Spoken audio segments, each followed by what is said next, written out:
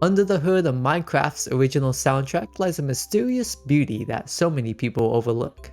The music of Minecraft is special and sublime in ways that strike at the nostalgic bone in our bodies. The composer of the Minecraft score is Daniel Rosenfeld, better known by his stage name C418. The story of how Minecraft's soundtrack first came about is when Daniel joined TigSource as a way of collaborating with other game developers. Daniel soon met with Minecraft creator Marcus Notch Person, who introduced him to his new game. Daniel actually contributed both music and sound effects. With Minecraft being a free open world game, Daniel's strength as a composer, that being ambient music, was a perfect match for the mostly calm and serene experience of Minecraft. In this music design episode, we'll focus today on Haggstrom, which is one of the more popular pieces from the score. It's also one of the oldest songs in Minecraft, stemming all the way back to its alpha days. Interestingly, Haggstrom means pasture or willow in Swedish. If you would like to help and support this channel, please consider clicking the subscribe button down below. Every small action means a lot to me, and I greatly appreciate your help in analyzing more video game soundtracks. Minecraft's music is so effective because it presents simple, memorable melodies. Yet behind it all is a hidden complexity that many people overlook. For example, Haggstrom is mostly set in 7/4 time, which is a very unusual time signature. You can also see it change time signatures later on in the piece. Looking at the instruments, it's quite a small and homely collection, featuring the primary instrument, the kalimba. To accompany it, the glass picking gives us those tinkly highs that the kalimba can't reach. On the low end, the electric bass is extremely simple yet punchy.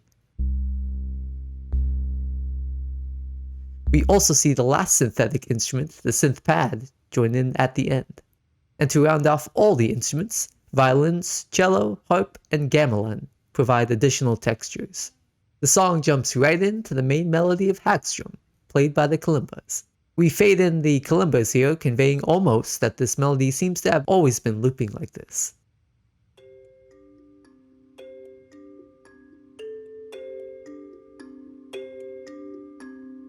Such a simple melody, and the key is even in C, which is the basic of all key signatures. What Daniel uses to make this melody sound unique is including the 2nd and the 6th scale degrees in the key of C, that being this D and later this A note. These two notes add a more dissonant quality to the melody that forces that D note to want to resolve down to the C, and this A note to resolve up to the higher C. One last tip about this melody is the subtle use of pauses. It does not continually loop this pattern, but every 4 measures, it will pause on the C note to allow the music to come to a rest.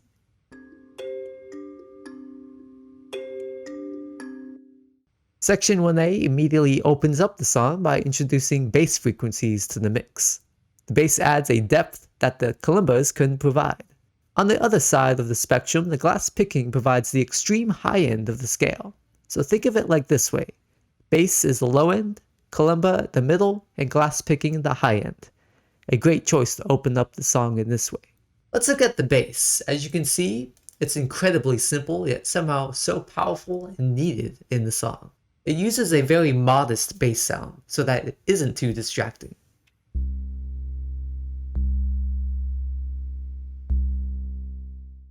Glass picking is basically like a high bell that makes the higher melody shine through. This is where we are first introduced to the B note, which is the 7th scale degree here. The 7th degree always makes that melancholy sound. In fact, most of the entire Minecraft score will use these major 7th chords and 7th note melodies to evoke that longing and nostalgic feeling.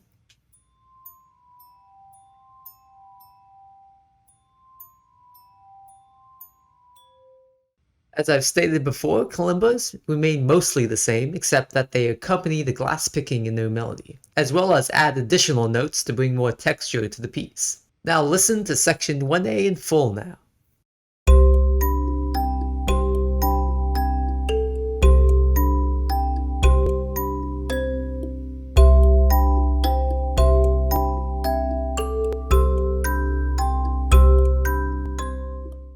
Section 2 modulates the key from C to A major. This type of modulation is striking because we usually modulate from C to A minor, its relative minor. Two new instruments are added, the violins and the cello. The construction of the violins is a buildup of notes, meaning that it'll take this E and A interval, and it'll add on the C sharp, E, and then finally this big A major chord at the end. The cello simply outlines the bass notes seen above.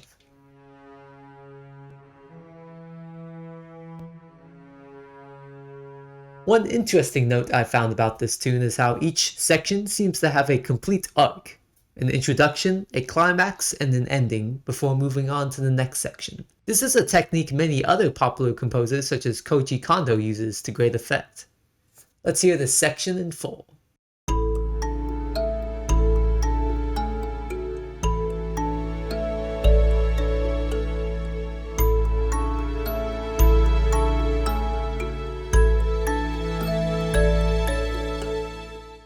Section 3 is the darkest section in the song so far, as you switch to E minor. Surprisingly, the kalimbas still keep their same basic rhythm shape while moving to this new key.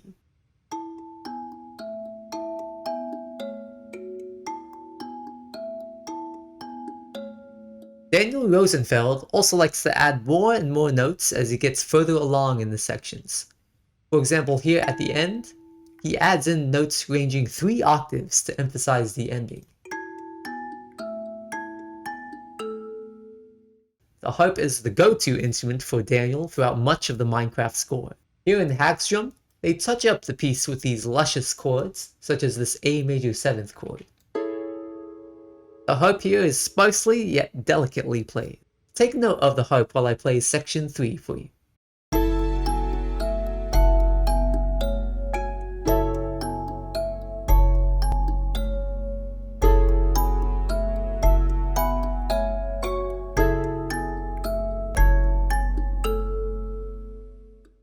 After the dark section 3, this new section returns back to a variance of section 1. What we'll discuss here is our new instruments. The gamelan is a bowl-shaped instrument, first used in Indian culture. It has a very distinctive sound, which I'll play here.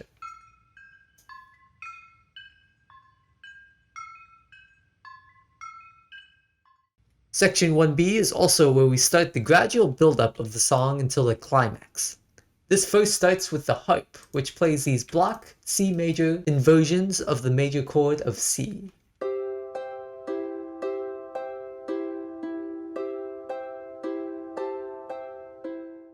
The other newcomer is the synth pad, which rests in the background. It's a very floating and ethereal type of pad, which is perfect for an ambient track like this one.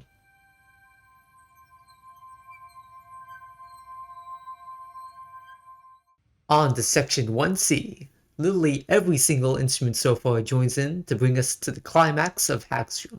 Violins play a quirky melody, eventually joined in by the cellos to provide a deep low end.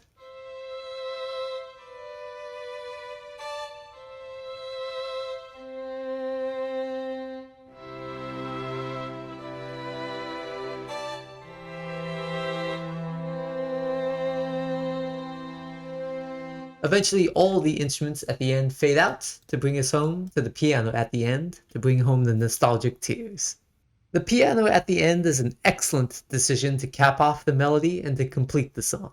It copies exactly what the kalimbas have been playing, but the piano's richer tone than the kalimbas give the melody a new life almost.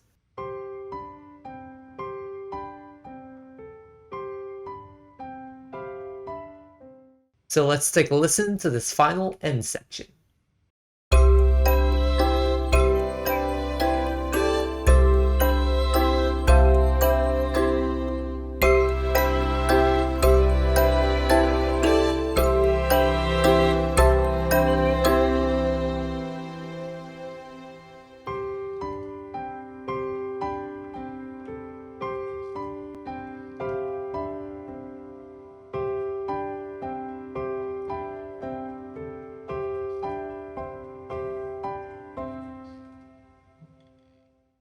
Daniel Rosenfeld is a talented composer, and I am incredibly grateful for the passion he poured into each song on the Minecraft score. His music has touched literally millions of others as well, and I hope this analysis of Haggstrom was a worthy enough dive into how he actually composed some of his tunes.